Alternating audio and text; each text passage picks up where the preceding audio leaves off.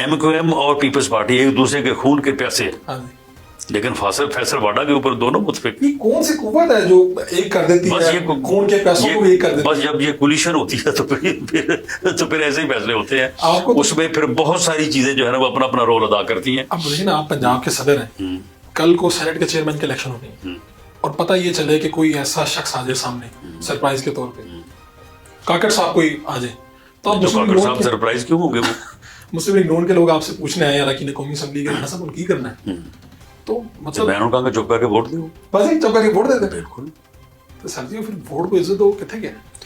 دیکھیں معاملہ یہ ہے کہ یہ میں نے جو کہا ہے نا کہ جو کولیشن گورنمنٹ ہے اس کی مجبوریاں ہیں، اس کی پھر لمیٹیشنز ہوتی بڑی ہیں. میاں نواز شریف نے دیکھیں نا حکومت تو اس وقت PMLN کی ہے نا، جی تو میاں نواز شریف کیوں وزیر اعظم نہیں بن سکتا تھا؟ بن سکتا تھا، بالکل بن سکتا. لیکن شاید وہ ان مجبوریوں کے ساتھ عہدہ بران نہ ہو سکتا، یا وہ اسے جو ہے وہ اس کے اوپر جو ہے وہ یعنی وہ سمجھتا کہ میں ان چیزوں میں جو ہے وہ نہیں پڑھنا چاہتا، تو انہوں نے خود ہی انکار کیا نا. ورنہ اگر وہ بننا چاہتے تو میاں شہباز شریف تو خود انہیں کندھوں پہ اٹھا کے بلکہ کہتے کہ آپ الیکشن کے بنیں. ڈے تک وہ کہہ رہے تھے ہمارے وزیر اعظم کے اور اس میں پوری طرح وہ مخلص تھے. یہ جو سیاسی تھیوری بعد میں بن رہی ہے نا کہ جی نہیں جی یہ تھا وہ تھا، نہیں کچھ نہیں تھا. میاں شہباز شریف کمیٹڈ تھا کہ ہمیں سمپل میجورٹی ملے اور میاں نواز شریف وزیر اعظم بنے اور چوتھی مرتبہ وزیر اعظم بنے. تو معاملہ یہ ہے کہ یہ جو اسرار و رموز ہیں کولیشن گورنمنٹ کے، بس ان میں تو پھر اسی طرح سے ہوتا ہے. رانا صاحب الیکشن کے جب نتائج آئے تو بڑے بڑوں کو گھر جانا پڑا. جہانگیر ترین تھے، لوگ سمجھ رہے تھے کہ یہ آگے گورنمنٹ میں آئیں گے، انہوں نے سیاسی کنارہ کشی کر لی. اویس خٹک، حماد اظہر صاحب نے بھی یہاں تک کہا کہ الیکشن میں اس طرح سے میں سامنے آ کے نہیں کر سکا. تو پنجاب کے صدر کے طور پہ آپ کے دل میں کیا بات آئی کہ یار میں ٹھیک تھا، میری کارکردگی ٹھیک ہے، یا کسی نے کچھ کہا، شکایت کی، یا پارٹی لیڈرشپ؟ نہیں میں نے اپنے حلقے میں بھی اور جو ہے رول میرا ایز پنجاب پریزیڈنٹ تھا وہ بھی، اور فیصلہ آباد میں ہم نے بالکل ٹھیک الیکشن لڑا. ٹھیک ہے، کوئی اس میں کوتاہی نہیں ہے، کوئی کوتاہی نہیں ہے، بھرپور الیکشن لڑا. امیدوار بھی ٹھیک اس کی تیاری ٹھیک، اس کے فیصلے ٹھیک، every thing was all right. لیکن معاملہ یہ ہے کہ ہر الیکشن کا ایک ماحول، ایک ٹرینڈ بنتا ہے. وہ ٹرینڈ جو ہے وہ یک طرفہ بھی ہو سکتا ہے، مکس بھی ہو سکتا ہے.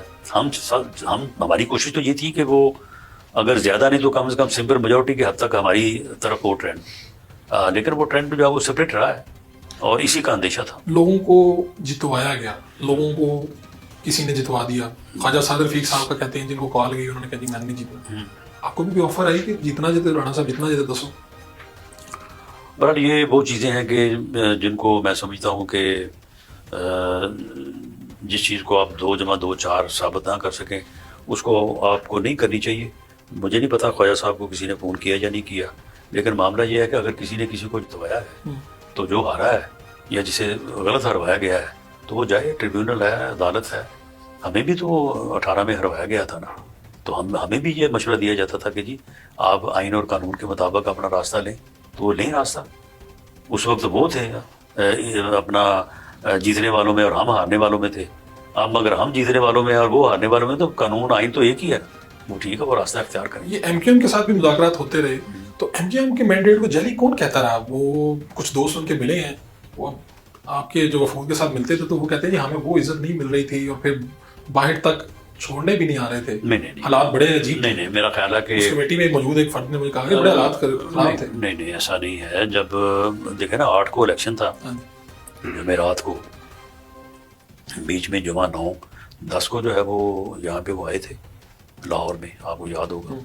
تو میاں نواز شریف صاحب نے ان کی دعوت کی، انہیں وہاں پہ ہم نے باہر نکل کے سب نے ریسیو کیا، ان کو بٹھایا، ان کے ساتھ مذاکرات ہوئے، کچھ چیزیں جو ہے وہ طے ہوئی، ان کے مطالبات جو ہے وہ سنے گئے. اس کے بعد ان کو کھانا پیش کیا گیا.